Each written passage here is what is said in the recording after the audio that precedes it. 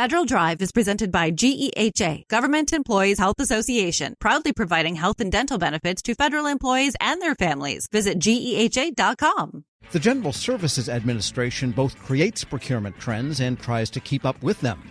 Balancing the legitimate interests of the government and taxpayers and industry has been the mantra of Administrator Robin Carnahan. She spoke earlier this week at the annual ACT-IAC Executive Leadership Conference. Afterwards, I caught up with Carnahan to discuss several issues, starting with GSA's Artificial Intelligence Buying Guide, which sounds a lot like the recent White House AI memos. That wasn't an accident. It's because actually across government we're working on this as a high priority. But in many times, as you know, Tom, GSA is sort of the tip of the spear on these things because people want to buy things. They want to deploy things.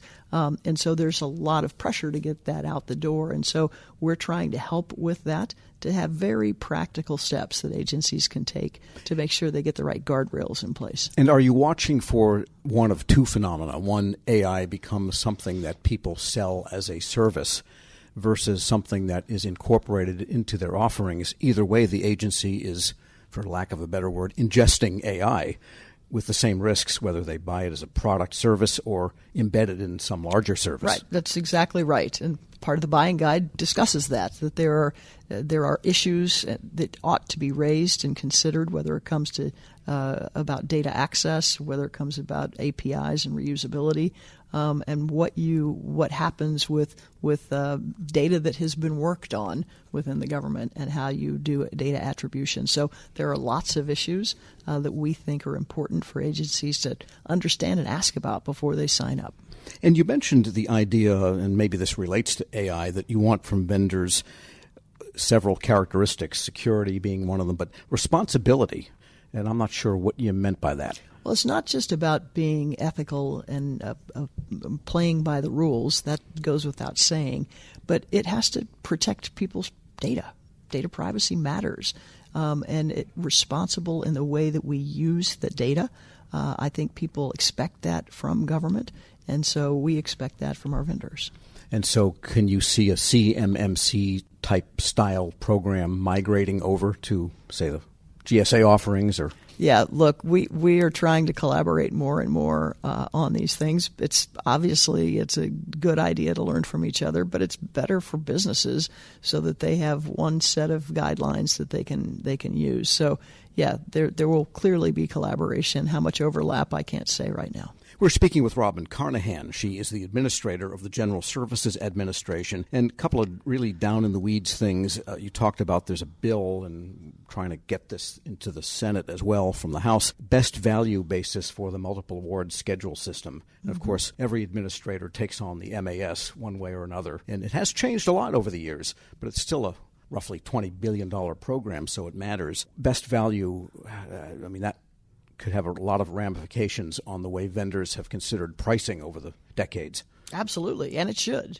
But ultimately, we know that a lot of these rules were put together in an era where it was like paper catalogs that procurement people were going through, and so it made sense at the time to have the cheapest price be the thing that drove a buying decision. But we know today that that's not how it works in technology, that there are long tails on whatever you buy, and it's not always just about the initial price. It has to be the lifetime cost of these issues and how they get integrated into your systems. And so we think it's high time that best value be the new standard.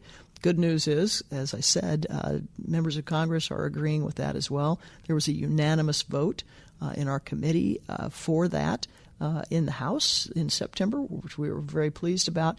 So we're eager to see some progress on that before the end of the session. And the other bill was the cloud services payment. Correct. And these are payments that have to be ongoing. Mm-hmm. They have to be because of the nature of the service and last over CRs and that kind of thing. Is that the issue there? Correct. And we just think that there's a way to save a ton of money for the government if we do this change and make it easier for vendors to have more predictability. And it's like, again, a lot of these rules were put in place way long time ago before any of what's been happening in technology and these new business models. And so we just need to tweak a few things to keep up, and we'll all be better off. And another spend control issue, of course, is software licensing. We haven't gone totally to consumption software model with a lot of the major vendors. And so there is that Somoza bill to try to get some kind of software account licensing management systems in place, which people are looking to GSA to initiate. Are you looking at that? Thoughts about that? And Christina Rado is here and spoke just a few minutes ago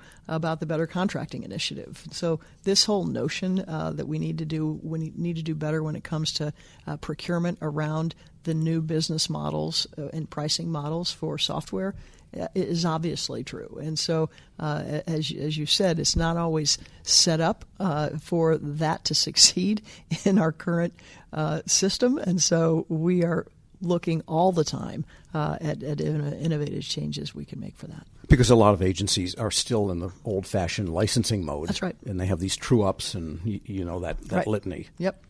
So can you see GSA being the clearinghouse for license management expertise? Well, that is a heavy lift, but we are obviously going to do our part to see what we can do to streamline that and save money. One thing I wanted to ask you about is the transitioning of technology that might be developed, whether for cyber programs or whatever the methodology is for the Defense Department. Yep. You mentioned a couple of things coming over to civilian agencies in the drone or unmanned activity. Yeah, that was just an example of how we really are trying to just leverage each other's work. It's the same as FedRAMP, by the way, that we don't have to reinvent the wheel on these things. And that was an example of a contract with the Defense Innovation Unit where they had already approved the drone use, had gone through their system.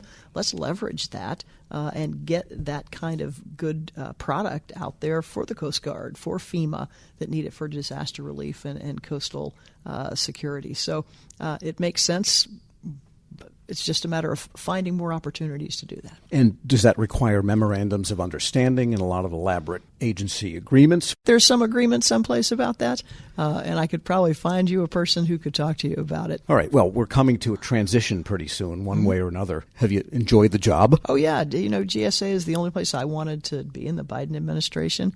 And it has been gratifying to be able to work with a team of professionals that really are there to serve the public. GSA, as you know, is not a high policy agency. We have to actually just deliver. We've got customers who expect things from us, whether it's tenants in buildings and our agency partners who are looking to buy things. And I'm proud of the team and the work that we do there.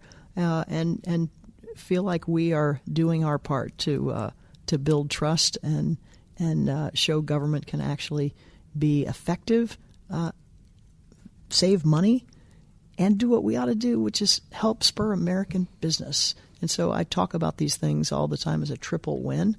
I think our team understands that that's the role at GSA. As you know, we celebrated our 75th anniversary this year. Truman established GSA back in 1949, and the whole purpose was to serve people better and save money doing it. And that continues to be our mission today, and I think that our team is really focused on that. So I'm proud of that work, and I know it'll continue. And by the way, with that transition coming, of course, GSA provides transition services. They're already underway. Have both sides signed on to what they need to make sure that they're good with GSA? So as of today, I haven't spoke to my team this morning, but as of today, one of the transition teams has signed, and I know we're in discussions with the other. GSA Administrator Robin Carnahan. We'll post this interview at federalnewsnetwork.com/Federal Drive. Subscribe to the Federal Drive wherever you get your podcasts.